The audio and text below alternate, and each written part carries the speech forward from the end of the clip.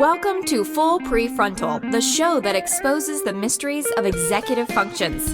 This show is a collection of conversations about the role of the prefrontal cortex, which impacts your focus, planning, problem-solving, emotional balance, and independence.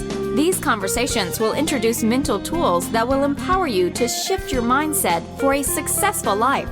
And now, here's your host, Sucheta Kamath. And welcome back to Full Prefrontal, where we are exposing the mysteries of executive function. I am here, as always, with our host, Sucheta Kamath. Good morning, my friend. Good to be with you. Great to be with you, Todd. So Susan Sontag has written a lot of things, but in her writings, you can see that she clearly favors the art of skillful attention. One of my favorite quotes of hers is that she says, "Do stuff, be clenched, curious, not waiting for inspiration's shove or society's kiss on your forehead. Pay attention. It's all about paying attention. Attention is vitality. It connects you with others. It makes you eager. Stay eager." I love that so much because we want eager. We want eager learners. We want eager listeners. We want eager politicians. And we want eager lovers. So the question is, why are we not able to stay eager or manage to engage with society whose members are eager? And so there are some barriers, so we certainly have entered the age of attention. First, we need to understand what it means to pay attention. Then we need to get our attention under our control. And finally, we need to help those who are most vulnerable with their attention skills and lack the insight to know that attention really matters. And it's our responsibility to help them become more skilled. So unless and until that happens, we won't have a compassionate society. So that's why we have this wonderful guest today, a personal favorite guest, my friend, Courtney Stevens. She is a developmental cognitive neuroscientist and associate professor of psychology at Willamette University in Portland, Oregon. She completed her undergraduate degree at Reed College and her master's and doctorate at the University of Oregon. She is an expert in development and plasticity of the human brain, including the role of stress and early socioeconomic adversity on neural system. In the course of her research, Courtney has partnered with preschool, K-12, and college programs to study factors that influence students' academic success and emotional well-being. Her research has been funded by NSF and NIH, and she has been presented with several national awards for excellence in teaching and neuroscience outreach. So I cannot wait to start my conversation. Courtney, welcome to the show. Hi, Sucheta. Thank you so much for having me. So my first question is, let's start with attention. Can you go over with us the mechanism of selective attention or attention in general? And what bearing does it have on learning and thinking and overall life's behavior? One of the things that we think about a lot in psychology and in neuroscience is that attention is not just one thing. And so there's different aspects of attention. And the specific aspect that I study is called sustained selective attention. And the idea here is our world is complex and there's so many things going on around us. But if there's something that importantly we want to focus on, are we able to focus on, and it can be a sight, it can be a sound, it can be an idea that's in our head, but can we focus on that to the exclusion of really the myriad distractions that are around us? So that's the skill that I study. And it's amazing. Children as young as 3 have this ability. And that might seem surprising on its face, but if you ever watch a child who might be engrossed in a certain activity and sort of able to resist distractions, you can see that sort of focus coming online. And one of the questions I have is, how do kids, and even as we become adults or college students, how do we develop that ability to choose what we're going to focus on and really sort of tune our brains, and how does our brain activity change when we're focused on a particular thing and really excluding all of these distractions? It sounds like if we don't possess this ability, or if this ability is not strong enough, then it really can impact our capacity to do deep work. And only deep work can lead to complex and abstract idea formation or coming up with good decision making, isn't it? Absolutely. One of the phrases that we use in our research is really thinking of selective attention potentially as a force multiplier. And so it's a skill that you can apply in a lot of different domains, and that can really allow the sort of deep thinking that you're talking about. And to the extent that someone doesn't have that ability, right, in some ways we are sort of held hostage to all of the sort of intrusions and distractions around us. And there's 100 distractions around us. Anyone who has looked at a phone and had different alerts coming up, worked on a computer, or just walked down the street. And so really it's this challenge and task of when you're in a safe environment, right? This isn't about missing distractions that might alert you that a car is coming that might run into you. But how are we able to sort of focus our attention in that sort of in our view with the scientific group that I've worked with is we really think of it as an absolute necessary precursor and component of any kind of learning that happens in a classroom or outside of a classroom.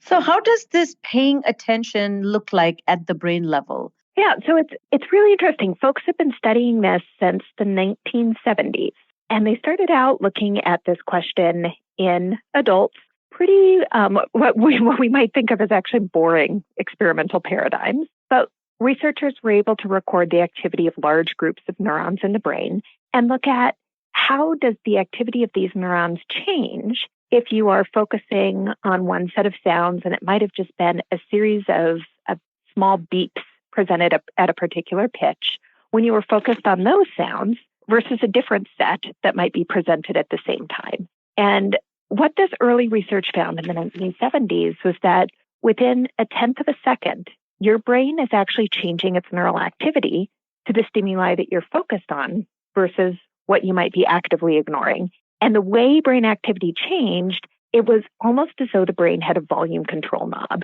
And you could sort of turn up neural activity on the information that was being focused on, that you were actively processing.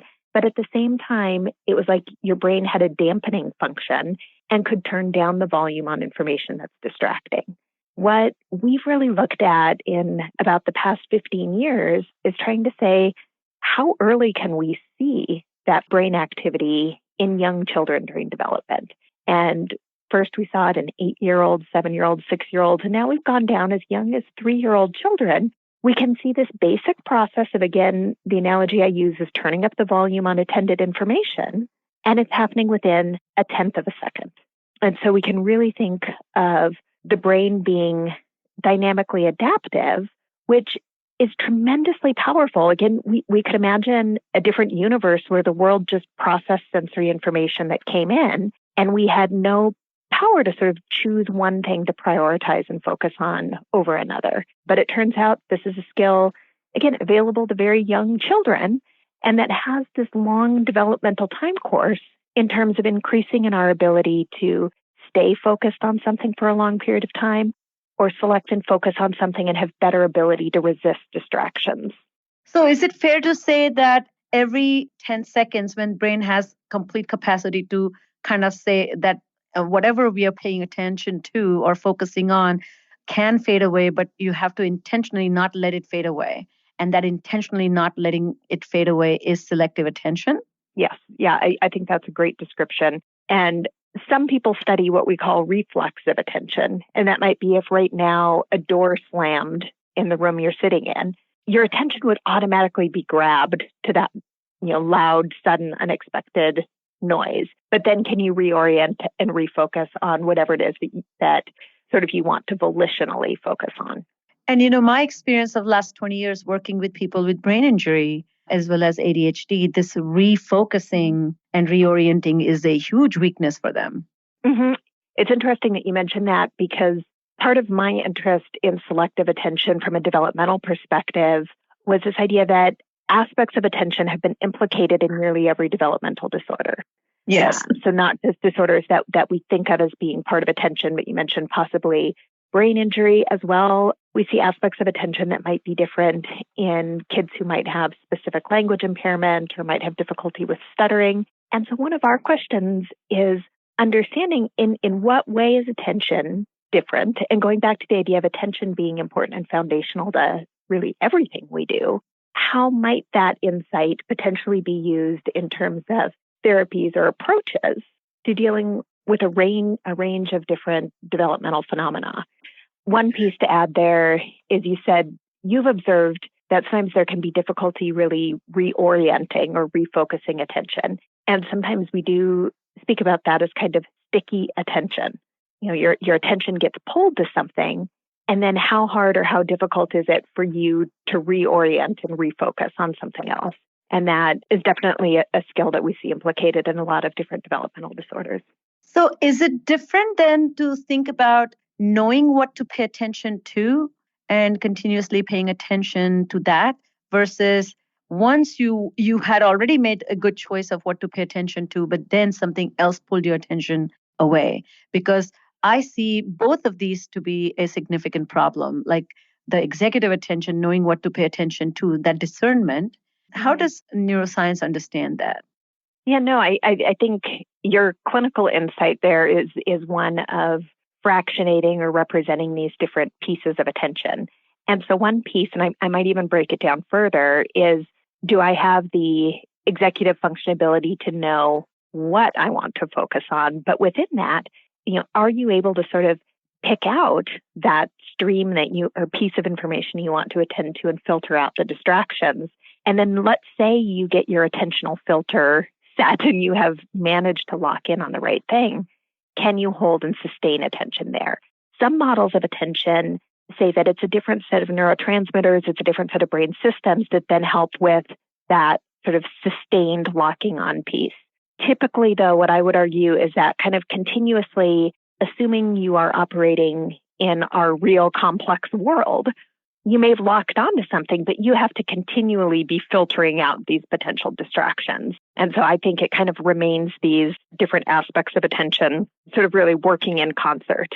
Then how do we explain to people that multitasking is terrible? and is it a myth really? And can we confidently tell people that? Which I've been doing that for years. Yeah. So I would love to run some modern studies on today's generation of teenagers and adolescents. Typically, what we have said as dogma is that the idea of multitasking is a myth. What you do is you rapidly toggle or switch back and forth between two tasks, and someone may be able to switch back and forth relatively quickly, but there's always going to be what we think of as a switch cost. And so, in other words, we can't really be doing two things at once. And as we move back and forth between two things rapidly, we have a little bit of a cost or a consequence on the rapidity or the efficiency of what we're doing. So that, what you've told people, that's what I learned when I was getting my PhD, what I continue to say. I am curious because more and more, and perhaps college students have always said, or adults have always said, but I can multitask. But I am curious about the idea that perhaps people who have been raised in a different generation of living on a phone where you have multiple things going on at once, I don't know the extent to which the younger generation might be better, more efficient at this. And I'm not sure, and it's possible someone will be listening to this today and will say, well, I just read a research study a year or two ago that addresses it. But I wonder the extent to which our technological world might be changing, sort of our ability to perhaps not actually multitask, but to move back and forth more efficiently between multiple tasks.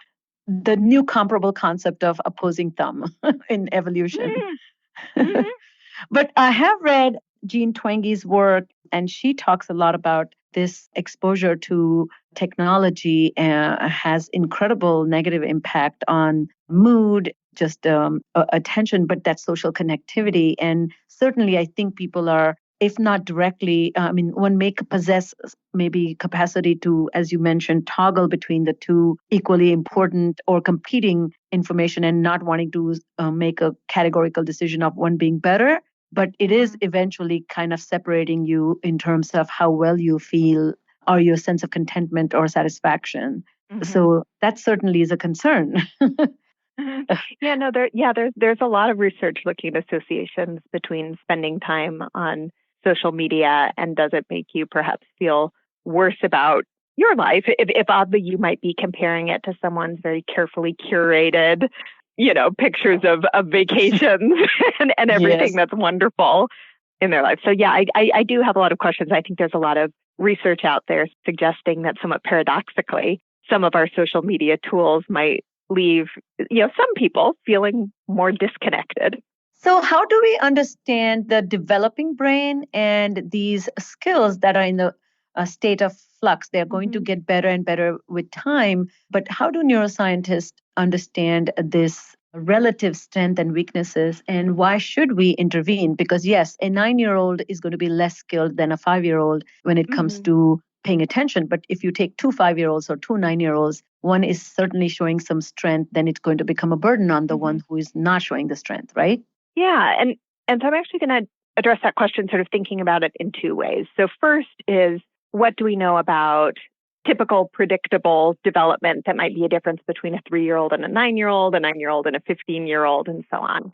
And one of the sort of big imbalances that happen in development that, researchers talk about is sort of, on the one hand, slow development of our prefrontal cortex. And obviously the name of your program, think a lot about sort of top-down executive control ability to regulate, manage emotions, make decisions, be planful. And that's structurally one of the slowest developing parts of the brain, continue to see functional improvements kind of into the third decade of life. But the imbalance, especially during adolescence, is you can have sort of a hyperactive, what we call the limbic system. And so areas of our brain that might be particularly responsive to potential rewards or risks. And so as you have this imbalance, it's sometimes thought of as part of what might underlie, for example, adolescent risk-taking behavior. If you think now about a 3 or a 2-year-old, there might be a really, really, really underdeveloped prefrontal cortex. And so again, you might be a little bit more vulnerable or reactive to different emotions. So we've got this sort of general developmental trend across time. But now the second approach, and your question is really getting at thinking about individual differences of kids who might be at around the same developmental stage. And one way many people think of particularly aspects of selective attention is, does a younger child get control over managing the body? Part of it can be managing emotions, being able to transition or make a plan and follow a plan. And there are some different tools or strategies that we can think of as helping in that ability. And one of them, and this is funny, is language development. And so to the extent that as a 4-year-old, let's say, something goes wrong and is disappointing to you, and you have a language and a vocabulary to say, oh, well, and make a different choice. Perhaps one of your playmates is playing with the doll that you want to play with. Are you going to get upset and sort of lose sort of all ability and all happiness, or can you, using language in part as a tool, to sort of redirect attention? So the second piece is really thinking about your question of individual differences within kids who might be at a similar developmental stage. And at that point, obviously there's individual differences in a child's sort of biological development and biological reactivity, but kids might also differ in terms of the sets of tools or strategies that they have developed through part of their environment. So language turns out to be a big strategy that can be used in terms of processing and speaking aloud, both potentially to make a plan for something that a child might want to do, but also in terms of bringing about some self-regulation skills when a child is younger.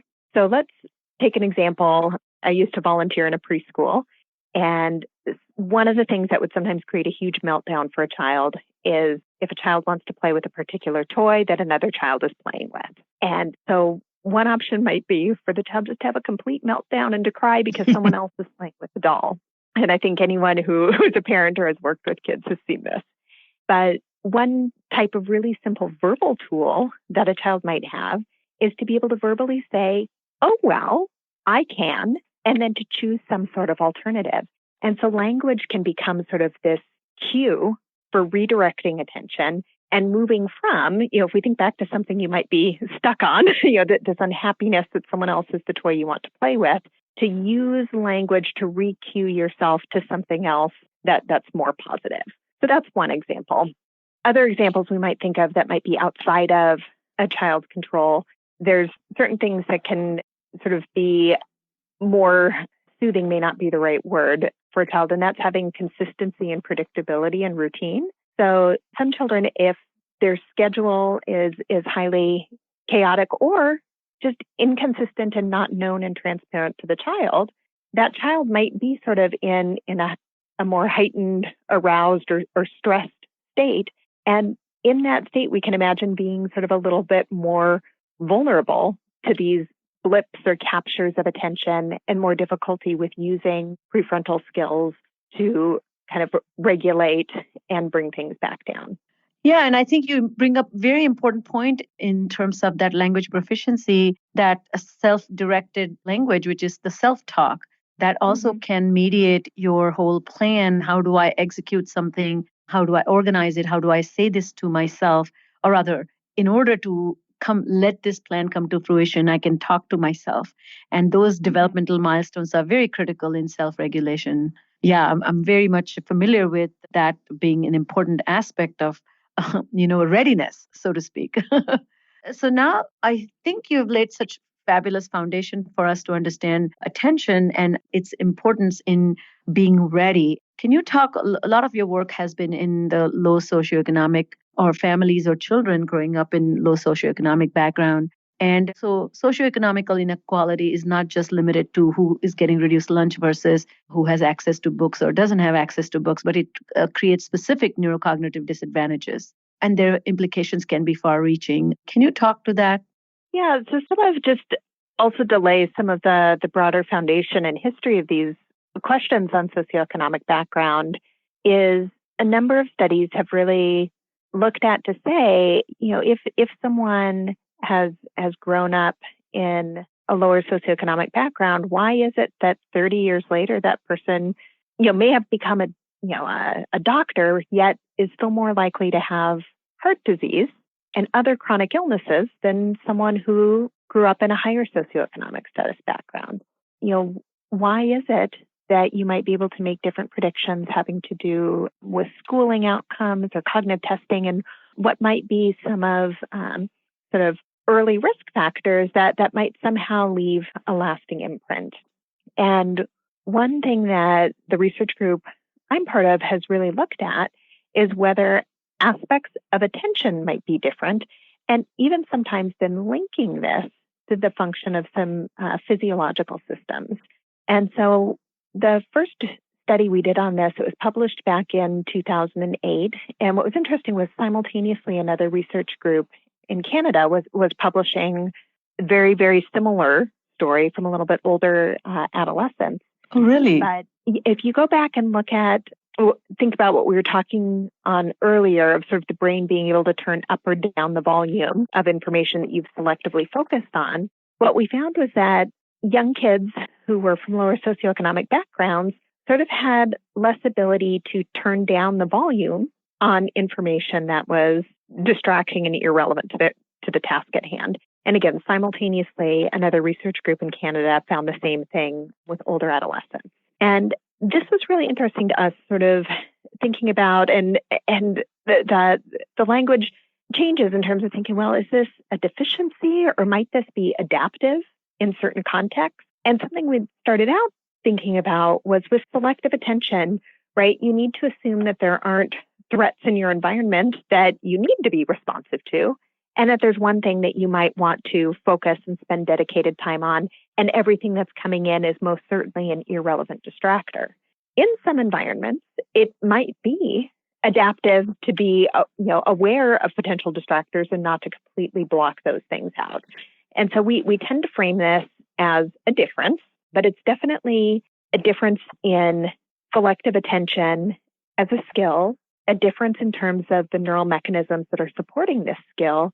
And then fundamentally, if we think of certain environments, and a classroom is certainly one of them, where there might be a number of different distractions, but something that one needs to focus on, if for whatever reason one is less adept at turning on this skill, it might have consequences both for learning in general and for setting up some neural systems that might be important for things like language.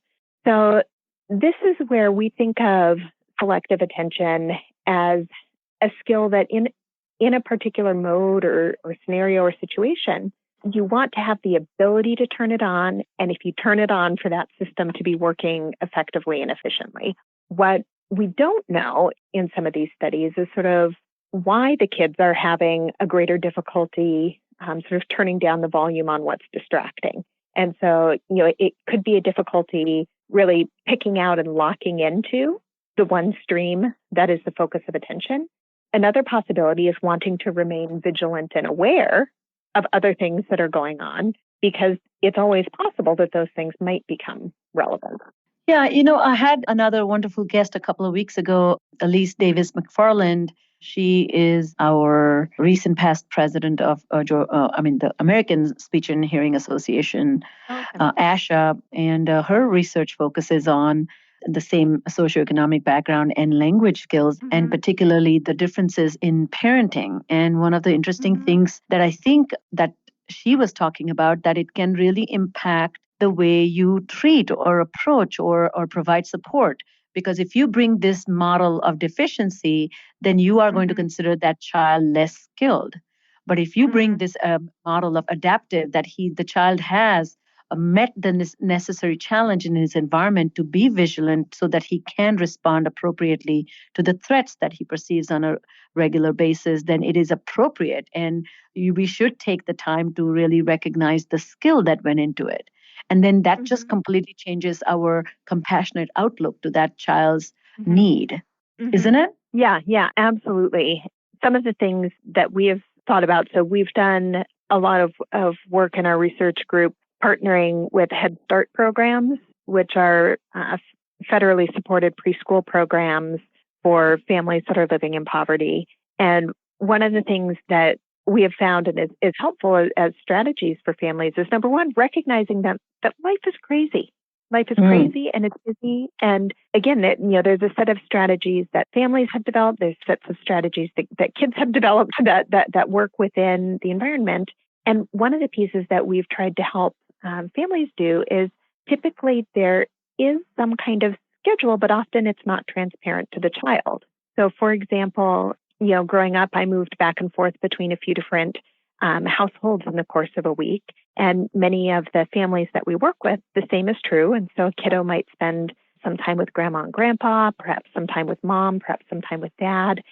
And while mom and dad might know the schedule, often for the child who's 4 years old, there's not an awareness of, where am I sleeping tonight?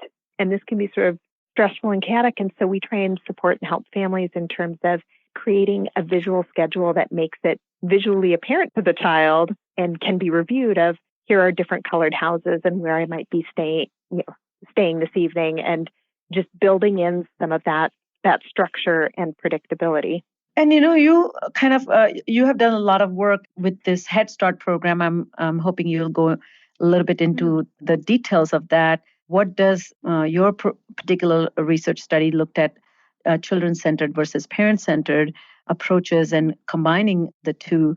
But one quick comment I was going to make about this whole making a schedule transparent, making expectations more explicit, and also having consistency of expectations can bring so much stability. And what I find that, I have a private practice. By nature of that, because it's a private practice, I serve a lot of community that is not from that low socioeconomic background, but it's the opposite.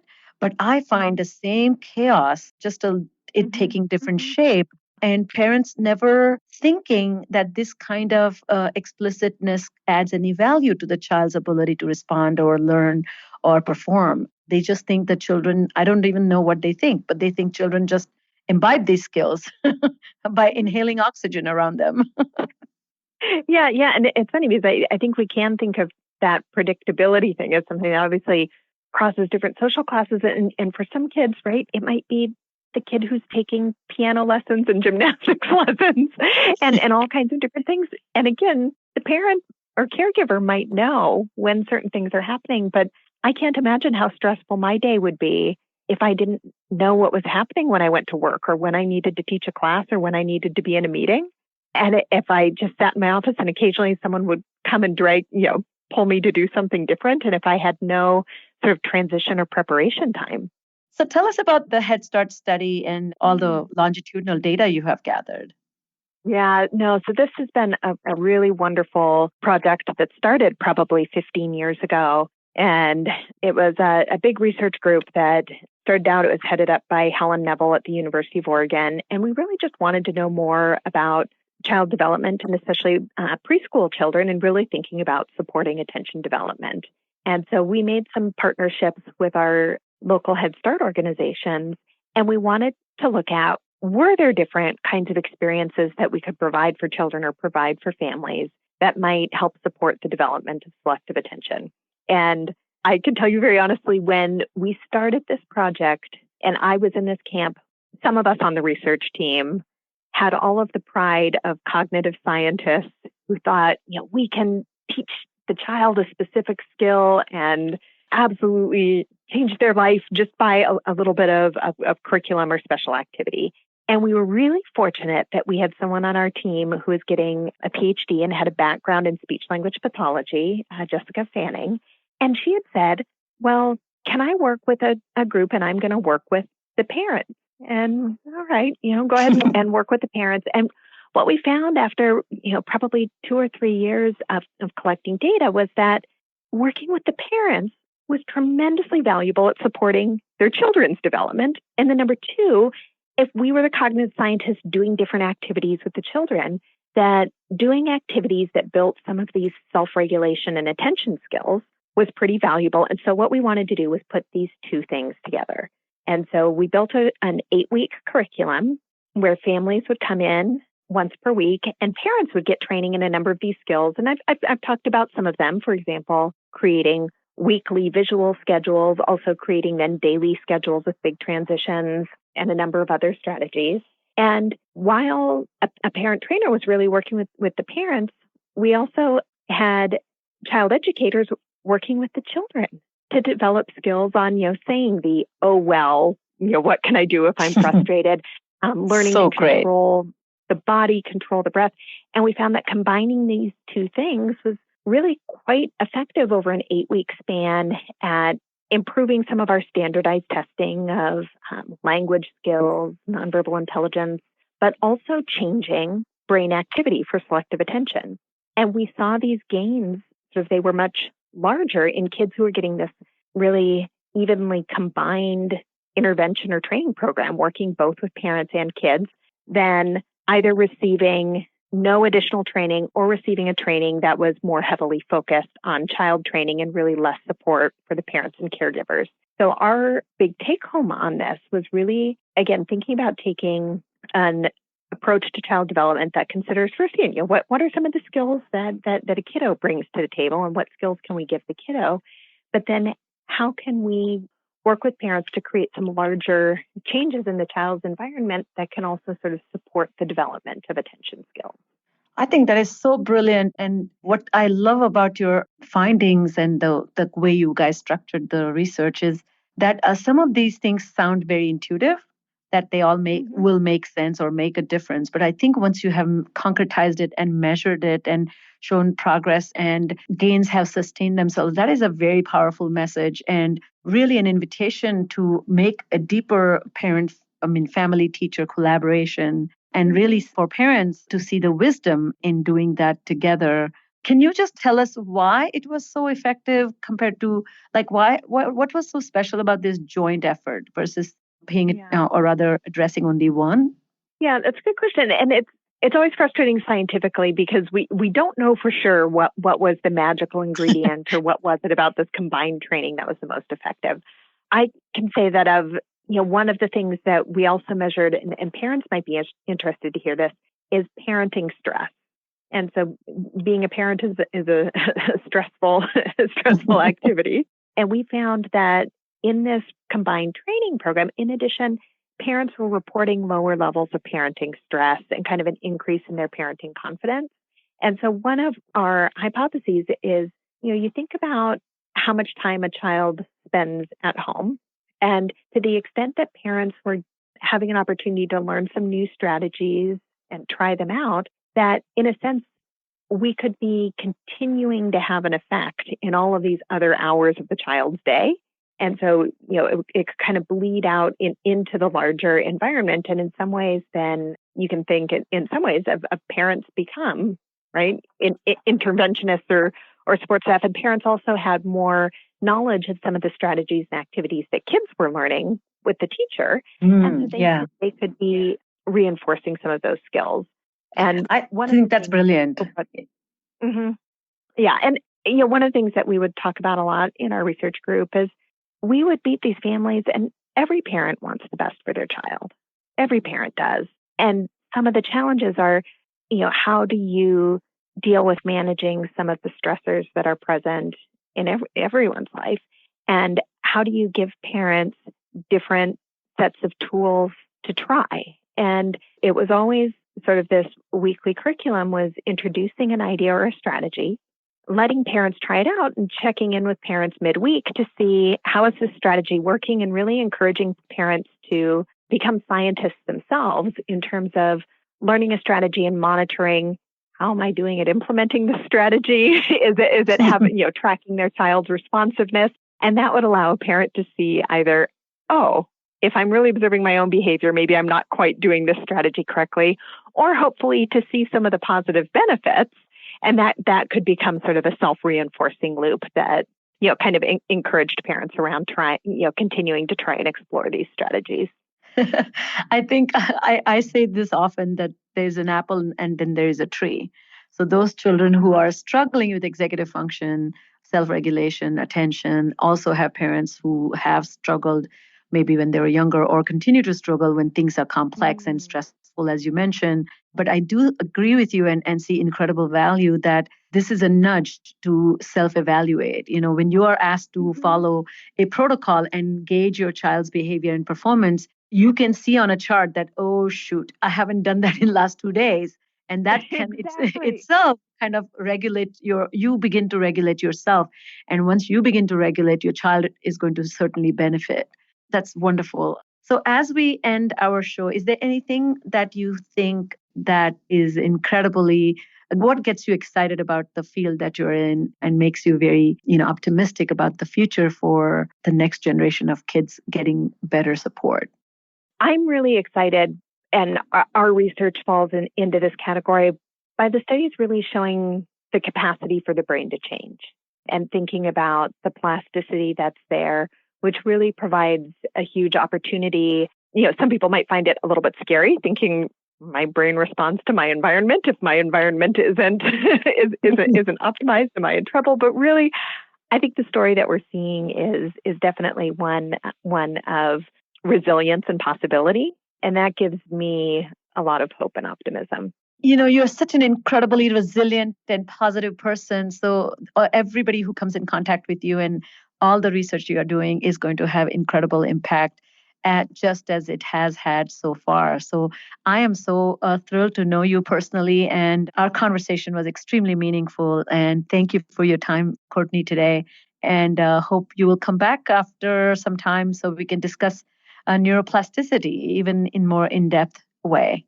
Yeah, no, would be happy to anytime. And I am just grateful for your work as a clinician and interest in the science and in making science more broadly accessible. And I hope that listeners, and especially those who are parents, hear this and feel somewhat empowered about learning about different strategies, testing things out, and supporting their children. All right. That's all the time we have for today. On behalf of our host, Sucheta Kamath, today's guest, Dr. Courtney Stevens, and all of us at Cerebral Matters, thanks for listening today, and we look forward to seeing you again right here next week on Full Prefrontal. Thank you for listening to Full Prefrontal, exposing the mysteries of executive functions. To contact our host, Sucheta Kamath, and learn more about her work on improving executive functions, visit her website at cerebralmatters.com. That's cerebralmatters.com. Tune in next week for the next informative episode of Full Prefrontal.